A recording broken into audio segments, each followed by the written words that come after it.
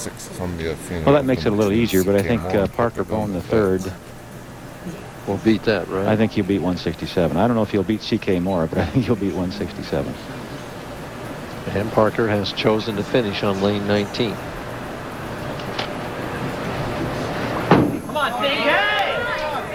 Yeah. Will it hit it? Yes, it will.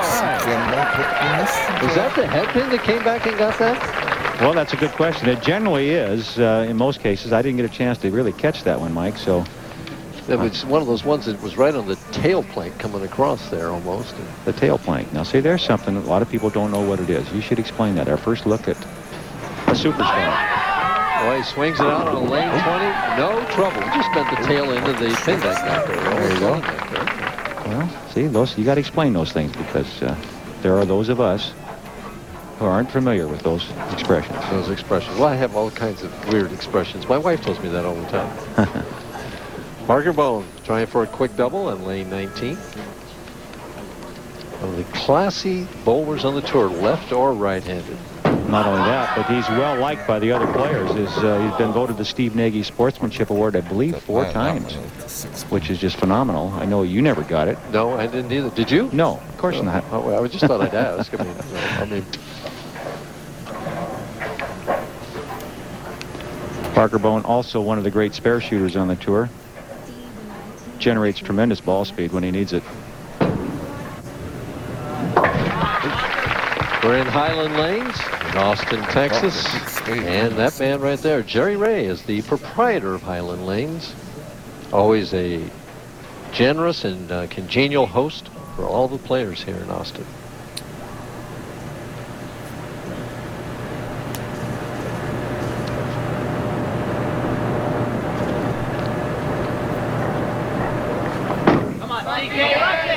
CK? Oh, yeah. Figures it out on lane 20. Starts with that quick double and gets ahead of Parker.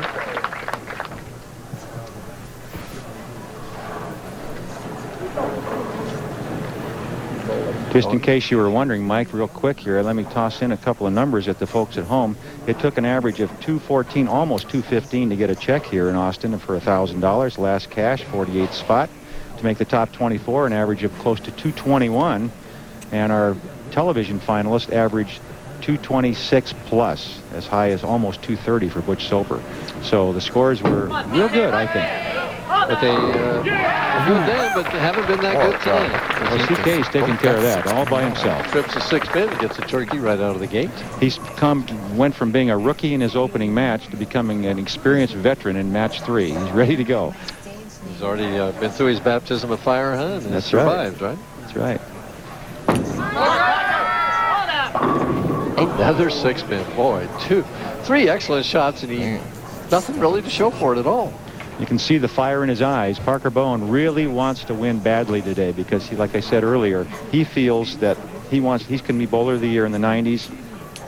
He's paid his dues over the years. He's an 11-time champion, a $1 million winner on the tour, and he's ready to get the recognition he deserves based on his ability. He wants to be player of the year. Well, that's a great goal to have.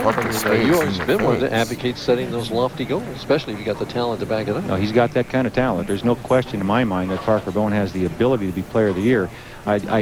What I feel that he lacks, if anything, in his mental makeup is the ability to be aggressive when he needs to be. Sometimes he's just too nice a guy. And to be a winner, you have to be aggressive. You have to be the kind of guy that says, hey, I'm taking control. This is mine.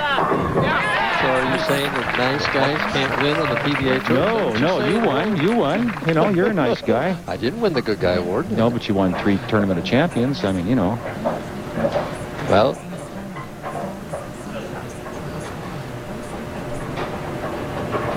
we're still looking at $25,000 bonus for a 300 game, and C.K. Moore has the first 3.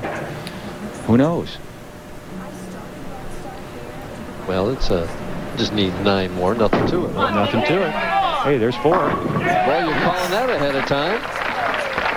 It's hockey. NHL hockey is on the deuce as Wayne Gretzky and the LA Kings battle the Calgary Flames from Alberta, Canada on Saturday, February 3rd, 10 o'clock Eastern Time. If you don't have the deuce, call your local cable company or satellite program provider and say you won it. 31 pins. Moore has them. trying for 5 in a row, and he's good late.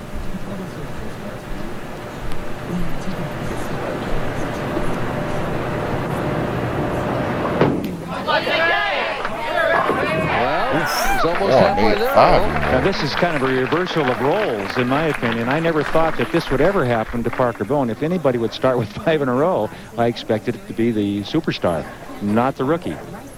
He's got to strike now. He's got to get himself in this match with a couple of strikes. He's running out of room, no question. But he hasn't made a bad shot. He just hasn't struck. Still hasn't. That's the first time he's really not made a good shot. Leaves the 3-pin. That's so important what the pin is, the fact that he didn't strike to get a double up there. Halfway through this match, and Parker Bohn is looking at being eliminated, and he, I'm sure, felt that he would be bowling for the championship against Butch Soper. Parker's record here is he's the defending champion. I had a chance earlier to ask him why he bowls so well at Highland Lanes. Tell you the truth, I think it's got to be the pin carry. For some reason, my ball speed and the pins seem to have a real good mixture, and I just only hope that it continues real good tonight. Well, he's got half a game to go, and he's trailing by 41 pins. And gets a break, carrying the 3-pin forward right there. Needs something like that. 41 pins he trails. C.K. Moore up in the 6th frame. Give you an idea how good Parker Bohn's carry was last night. His last 2 games of match play, he bowled 269, 277. Both of those games against Butch Soper, who he defeated back-to-back. And we're staying and not going to our normal break because C.K.'s working on 5 in a row and is still perfect. And goes the break, stripping out the 6-10. I think Parker Bohn might be somewhat of an inspiration here. You know, C.K. is a rookie. We've talked about that. We get another look at that last shot. Watch what happens to the right-hand side. You see the head pin go to the side, kick out the 6-10. But C.K. Moore, you know, he's been home watching television. He's watched people like Parker Bohn on TV, and he says, hey, this is one of the guys that he really admires. And he's out here saying, now, I got a chance to beat one of my idols. It might pump him up a little bit. For 7. And break again. The 6-pin goes late again. Well, 2 games of struggling. He got lined up late in that second match, and he's kept it going. Here's another look at that last shot. And again, he's got it right where he wants it. He's got it rolling end over end when it enters the pin area, and that's when you trip the 6, that end over end roll. If the ball has a lot of side turn, it cuts through, you leave those corners. And Parker, trouble on lane 20. So basically, Parker's a spectator the rest of this match. Well, we're all going to really be watching to see what he can do. C.K. Moore, only 5 strikes away from $25,000 bonus. I'd love to see that. He would too. You know, a lot of things probably going on in C.K.'s mind right now. Is he thinking about the 300 game? Is he thinking that he has a chance to win this tournament? I wonder if he even knows there's a bonus available. Some guys don't pay any attention to that kind of stuff. They go out there with just one thing in their mind, and that's to win that game. But he's got to be thinking, you know, an opportunity for 300, even though I think he's had 16 of them. Well, kind of, you know, I think it might be a benefit to C.K. if he was being pressured by Parker Bohn. Instead of knowing he's got the match well in hand, he tend to relax, and he might not make that real crisp, good shot he's been making. Well, he's got 13 of them. As I double-check my records, and Parker leaves the washout. See, that's the 1, 3, 7, 9, 10. Can he make it? Oh, yeah, he can make it. Oh, almost right around the 7th pin. You're familiar with that reaction? Yes, I am. All right, here's the man of the moment. He re-racked in lane 20, frame 8, working on 7 in a row. It's kind of interesting. He has to finish on this lane. Of course, he has to throw 3 strikes in the 10th to get to that magic number.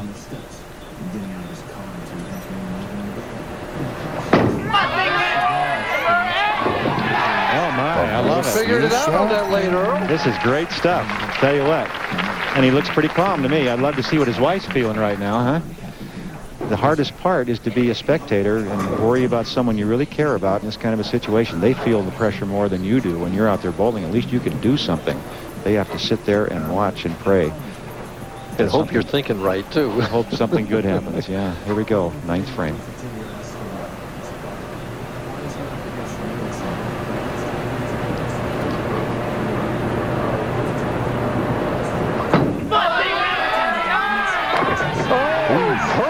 Perfection.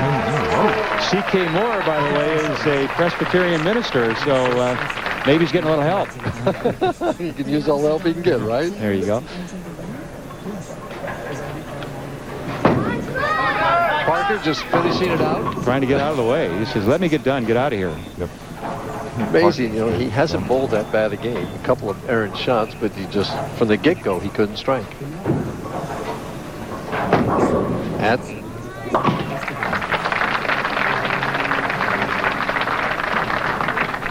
Parker Bohn spares in the 9th frame. C.K. Moore changes seats. His first time on television, his 5th tournament that he's bowled, his first opportunity for a PBA win, and he's got a chance at 300. You know, it'd be kind of interesting to see how he would react if he did get the 300 game and then bowled for the championship. Would there be a big letdown? I mean, you know, you think about this. Is there going to be a letdown anyway, even if he doesn't do it? Good question. I remember back when I was bowling in Cleveland, I bowled 299, left a solid 9-pin bowling against Johnny Petraglia, and then the next game I bowled for the title, and I had a letdown, and I lost the championship match. I remember I bowled Larry Lobb. He beat me 250-something to 230-something, but I shot 299 with that solid 9, which would have been worth a lot of extra money. And so I remember I had a big letdown mentally. I remember reading or hearing that one of your goals on television was to bowl a 300 game. Is that true? It was, and I actually did it on live television in Japan, but I never did in this country. I had the 299. Oh, you did it? I didn't know that. I've got a whole barrel full. Nothing would elude you. All right, here's the man of the day, the man of the hour, the man of the tournament, really, right now.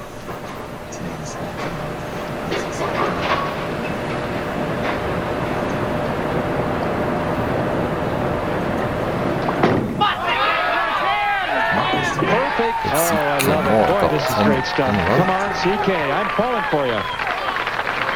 Well, he may lose $25,000, and he's smiling about it, Earl. He's getting a little red in the face, though. You know, another first-time performer, Brian Davis in Mechanicsburg a couple of years ago, bowled 299 in his first time on television. C.K. can equal that or better it. I'm pulling for you. Come on, big guy.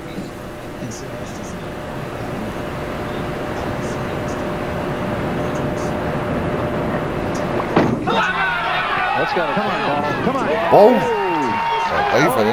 One more. All right, one more time. 25,000. Yes.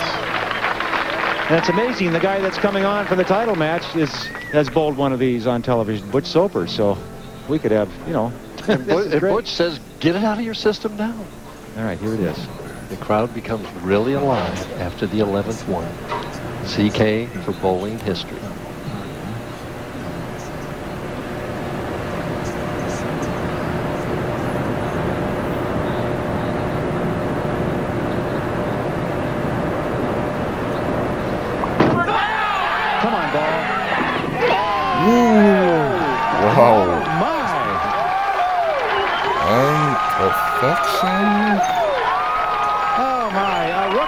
His first time on television.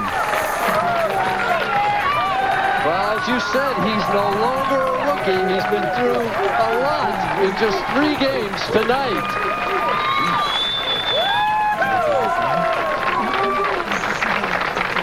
C.K. Moore, 300.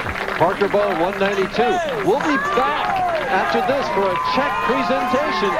Stay with us for that. From Sports Illustrated. Get into it. And C.K. Moore right there has just made bowling history here in Highland Lanes in Austin, Texas. Here's Jimmy Ray watching that final shot. Never saw a guy so happy to give away $25,000. And to give away that $25,000 is John Donovan. I present you with this check for $25,000 for a perfect 300 game. Congratulations. Thank you very much.